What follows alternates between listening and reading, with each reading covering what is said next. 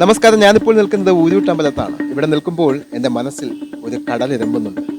കലാപത്തിൻ്റെ ആരവങ്ങളും പോരാട്ടത്തിൻ്റെ പോർവിളികളും എൻ്റെ മനസ്സിൽ മുഴങ്ങുന്നുണ്ട്. അതോടൊപ്പം തന്നെ ഒരു പിഞ്ചു കുട്ടിയുടെ ദൈന്യതയാർന്ന നിലവിളിയും എൻ്റെ മനസ്സിൽ കേൾക്കുന്നു.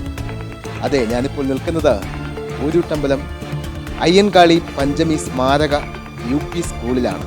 നമുക്ക് ഈ സ്കൂളിൻ്റെ വിശേഷങ്ങൾ കാണാം.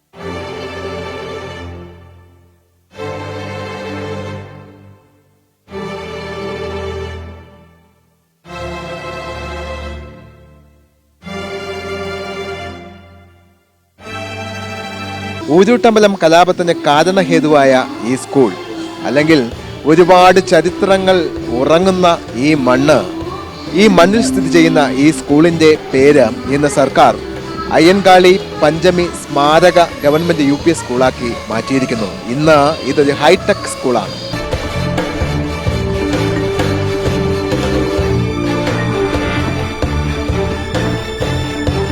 പ്രവേശന കവാടം കഴിഞ്ഞ് സ്കൂളിലോട്ട് പ്രവേശിക്കുമ്പോൾ മുൻപിൽ തന്നെ ചില്ലിട്ട ഒരു ഗ്യാലറിയിൽ മഹാത്മാ അയ്യൻകാളി പഞ്ചമിയെയും കൈപിടിച്ചു കൊണ്ടുവരുന്ന ഒരു ശില്പം നിർമ്മിച്ച് വെച്ചിട്ടുണ്ട്.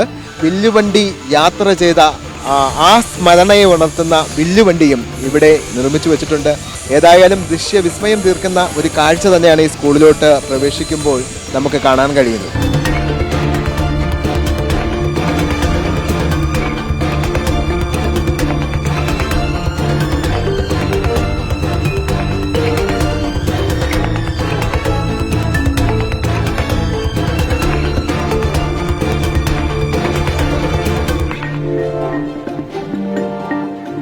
ഭരണഘടനാ മൂല്യങ്ങൾ നശിപ്പിക്കപ്പെടുന്ന കാലമാണിത്. ഒരുപക്ഷേ ഭരണഘടന തന്നെ മാറ്റണം എന്ന് ചില കോണുകളിൽ നിന്ന് അഭിപ്രായം ഉയരുന്നു.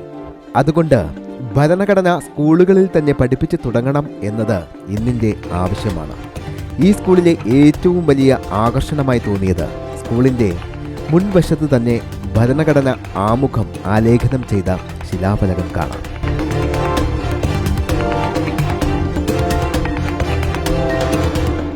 അപ്പോൾ ഞങ്ങളിവിടെ നിൽക്കുമ്പോൾ തിരുവല്ലയിൽ നിന്ന് ഒരു സംഘം ഇവിടെ എത്തിയിട്ടുണ്ട്.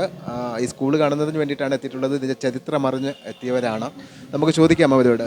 ചേട്ടാ, ഈ അയ്യൻകാളി ദിനത്തിൽ, അല്ലെങ്കിൽ അയ്യൻകാളിയുടെ പിറവി ദിനത്തിലാണ് നിങ്ങൾ ഇന്ന് ഈ സ്കൂൾ സന്ദർശിക്കാൻ ഇവിടെ എത്തിയിരിക്കുന്നത്. എന്താണ്, എങ്ങനെയാണ് ഈ സ്കൂളിൽ? മഹാത്മാ അയ്യൻകാളിയുടെ സ്കൂള്, അദ്ദേഹം പ്രാരംഭകാലത്ത് പഞ്ചമി എന്ന കുട്ടിയുമായിട്ട് വന്ന് വളരെ വേദനയോടെയാണ് നമ്മളൊക്കെ ഇപ്പോഴും ആ അനുഭവത്തെ കാണുന്നത്.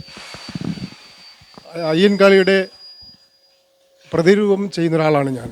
ആ വേഷത്തിൽ സംസ്ഥാനത്തിൻ്റെ പല ഭാഗങ്ങളിൽ ചെയ്തിട്ടുണ്ട്. സ്കൂളിൽ പ്രവേശിക്കാൻ അനുവദിക്കാത്തൊരു സാഹചര്യം മനുഷ്യൻ്റെ ജീവിതത്തിൽ ഉണ്ടാകുക എന്ന് പറയുന്നത് വളരെ വേദനയുള്ള കാലം. സ്ത്രീകളുടെ വിദ്യാഭ്യാസത്തിന് വേണ്ടിയാണ് ഇന്ന് അഹോരാത്രം രാഷ്ട്രീയ പാർട്ടികളും മറ്റു പ്രസ്ഥാനങ്ങളും അടക്കം ചെയ്യുന്നത്. ആ സ്ഥാനത്ത് വിദ്യാഭ്യാസം ഇല്ലാതിരുന്ന ആ വലിയ മനുഷ്യൻ മഹാത്മാവ് ഒരു പെൺകുട്ടിയെയും കൊണ്ടാണ് സ്കൂളിലേക്ക് പ്രവേശിച്ചെന്നുള്ളൊരു വലിയ മഹത്തരമായ സംഭവമായിട്ടാണ് നമ്മളതിനെ കാണുന്നത്. ഒരു പെൺകുട്ടിയെയും കൊണ്ടാണ് അദ്ദേഹം സ്കൂളിലേക്ക് പ്രവേശിക്കുന്നത്.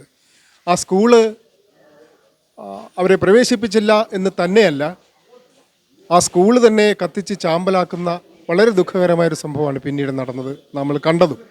എന്നാൽ ഐതിഹാസികമായ സമരം വളരെ ശക്തമായി മുമ്പോട്ട് കൊണ്ടുപോയി തൻ്റെ ലക്ഷ്യസ്ഥാനത്ത് എത്തിച്ചിട്ടാണ് അദ്ദേഹം അടങ്ങിയത്. ഈ ദിവസം ഇവിടെ നിൽക്കുമ്പോൾ എന്താണ് ഫീൽ ചെയ്യുന്നത്? നിങ്ങൾക്ക് അവിടെ നിന്ന് ഇവിടെ എത്തിയപ്പോൾ ഈ സ്കൂൾ കണ്ടപ്പോൾ എന്താണ് ഫീലിംഗ്? ഈ സ്കൂള് കണ്ട മാത്രയിൽ തന്നെ ഞങ്ങൾക്ക് വൈകാരികമായി ഒരുപാട് അനുഭവങ്ങൾ അതിൽ വിവരിക്കാൻ നമുക്ക് കഴിയില്ല.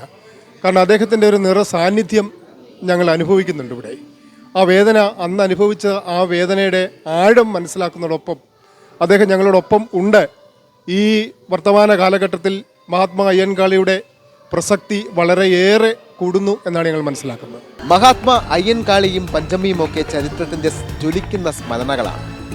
അതുകൊണ്ട് തന്നെയാണ് മഹാത്മാ അയ്യൻകാളിയുമായി ബന്ധപ്പെട്ട വിശേഷ ദിവസങ്ങളിൽ സംസ്ഥാനത്തിൻ്റെ വിവിധ ഭാഗങ്ങളിൽ നിന്ന് ഇവിടെ ഈ ചരിത്ര സ്മാരക എന്ന പോലെ വിവിധ ഭാഗങ്ങളിൽ നിന്ന് ഇവിടെ ആളുകൾ എത്തുന്നത്.